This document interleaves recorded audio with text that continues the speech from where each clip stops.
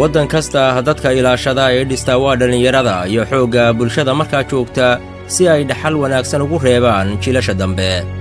haddaba dawladda uu hoggaamiyo madaxweyne maxamed cabdilaahi farmaajo ayaa xoogga saartay awoodsiinta dhallinyarada ee dhinaca siyaasadda, arrimaha bulshada, difaaca dalka iyo dhaqaalaha. dhallinyaradu waa cududda dalkeenna, haddii la jiheeyana waxay keeni karaan isbeddel dhab ah oo dhinaca dibudhiska iyo taabagelinta dawladnimadeenna. qorshayaasha hirgalay ee horumarinta dhallinyarada ee la fuliyey sannadihii la soo dhaafay waxaa safka hore kaga jira dadaalkii dawladdu ay ku bixisay in ku dhowaad 2,000 oo dhallinyaro ah oo ku xidhnaa xabsiyada shisheeye dib ay ugu soo noqdaan dalka, kuwaasoo haatan sharaf iyo karaamo ugu nool dalkooda, qaybna ka ah dhallinyarada Soomaaliya.